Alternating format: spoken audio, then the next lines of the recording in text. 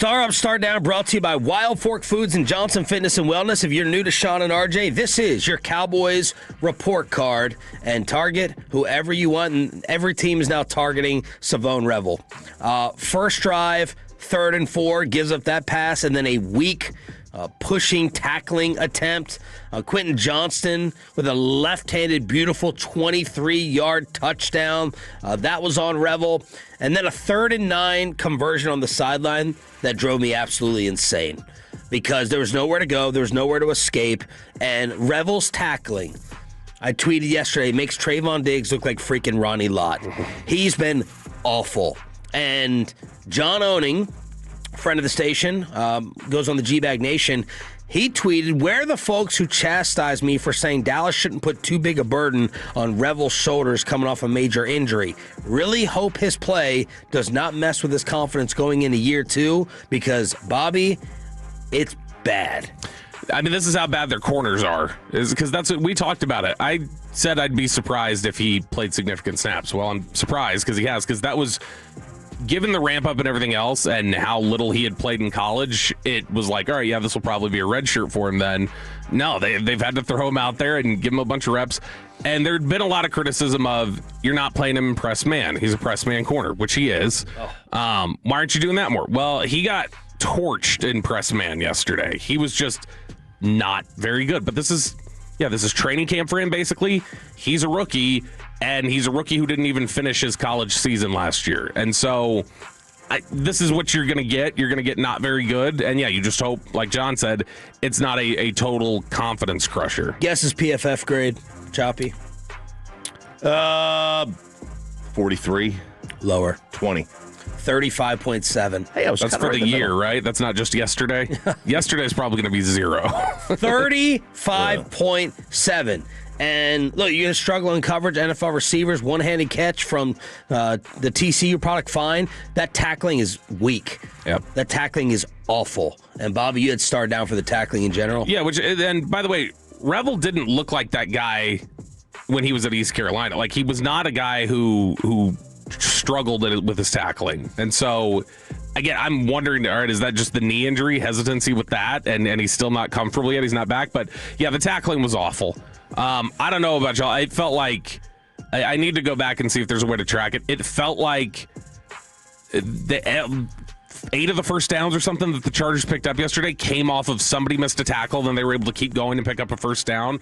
There were a bunch of different instances yesterday where if you wrap him up, he's short by 3 yards, and it's nope, he goes through. They had 14 missed tackles in this game, and it accumulated up for almost 100 extra yards that the Chargers picked up on offense from missed tackles. So Chargers had, I think, 4 missed tackles on the day.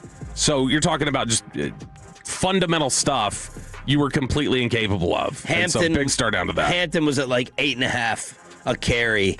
Now, it wasn't at the very end, but Drew Brees was on the broadcast, and he's like, Cowboys' run defense the last 5 weeks has actually been top 5 in the league, and then Hampton rips off about 8.5 a carry. Yeah. Star up, star down. Wound up at 5.3 for him, but still, I mean, you're not getting one. You know, you mentioned the tackling. Diggs is sitting there trying to tackle a guy from out of bounds. He's out of bounds. He's trying to is very generous. He tries to dive back in. You know those people who I'm jealous of them because I can't roller skate very well, but you know they're so good and smooth. They just turn around and kind of do the backwards skate. Mm-hmm. You know, that's Trayvon playing corner. Everything is just moving backwards. Nothing is ever moving forwards. He's terrified to be too close to a receiver. He would rather give up the 3rd down and short with a 4-yard cushion than get torched and have someone behind him. Oh, like what happened yesterday, but he told Jane Slater, no, that was cover 2. Yeah, there was a play, and it may have been the same one. I think it was in the 3rd quarter. The receiver goes from the outside, comes into the slot, and he does a crossing route, right? And Herbert hits him all the way, but Diggs is behind him. And then he tries to do the old 2021 Diggs or whatever year it was, where he That's what kept him out of practice. Right, where he goes in front. Right, he goes in front of the receiver, but he was a step and a half shy of that. And that's just like, all right, he's not a cover corner. He's an interception corner. He's just trying to jump routes there. Well, there's that wheel route against McConkey that made it 14-7, and Breeze was talking about the miscommunication, and I think that's where Trayvon attributed it to cover 2, that his responsibility is a flat there. It is cover 2, but so when they've got the different route combinations that they're looking at, and I can't say with certainty if it was or was not his responsibility, but I don't think it's just a slam dunk. Diggs is right. He was supposed to cover the flat. Yes, in general, you're supposed to cover the flat. But given that it was a wheel route, and then Hooker, the safety who was up top, was going to be occupied by what was a seam route from Keenan Allen, I'm pretty sure that Diggs was supposed to carry the wheel, and he didn't. And so, but I mean, who knows? He could be right. It doesn't sound like he could be right because they say that he doesn't know what he's doing in cover 2. Like publicly, they talk about it. But Diggs and Rebel both awful. Herbert yesterday when targeting those two, he was 11 for 12, 152 yards, 2 touchdowns, no picks. It was 158.3 passer rating. Oh!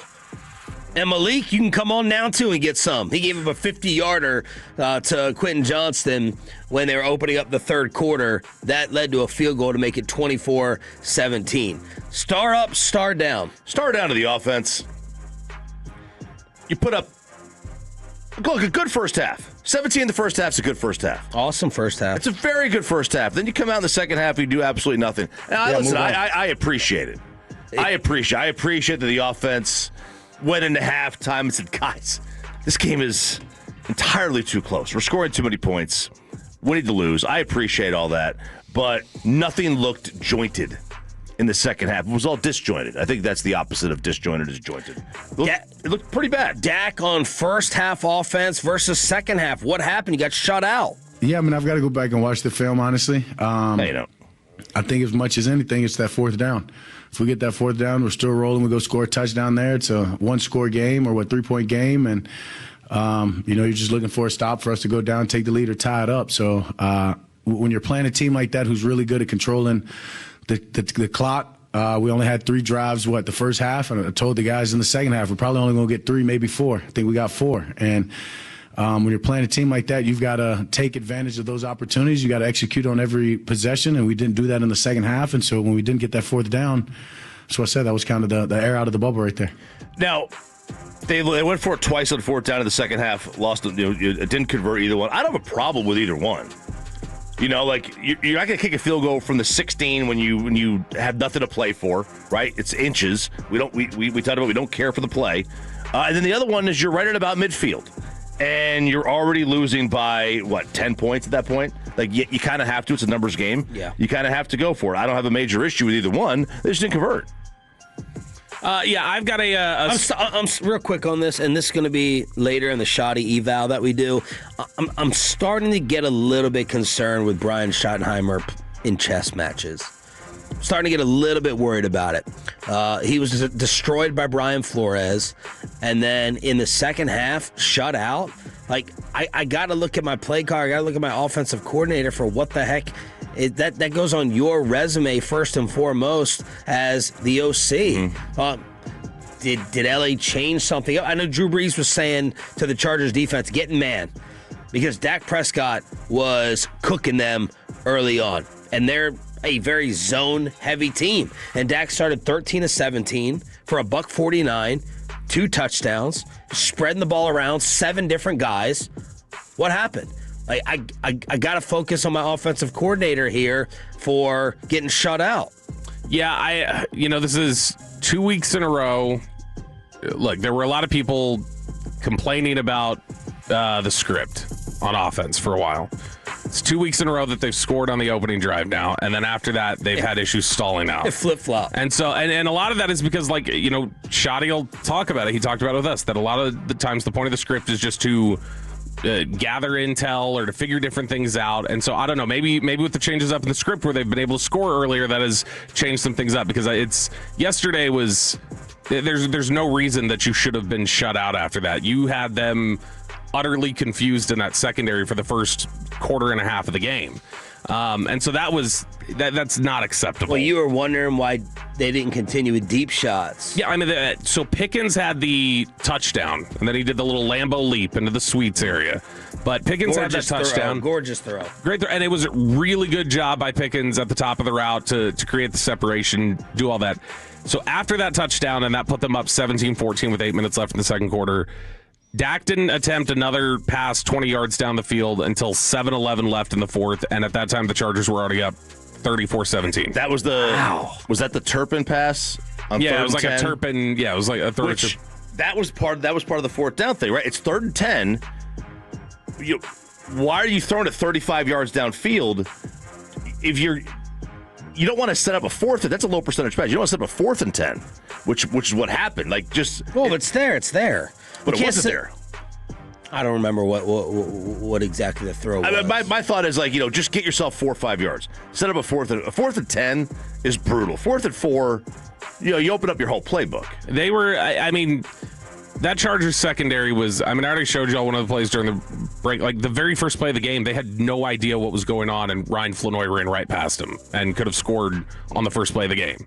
They scored on the first drive, so it doesn't totally matter. But there were a couple different instances in the first half yesterday where it's like the Chargers don't know what's going on. Like they have no idea, and then you just stop taking shots the way that you did, and I can't figure out why they changed things up.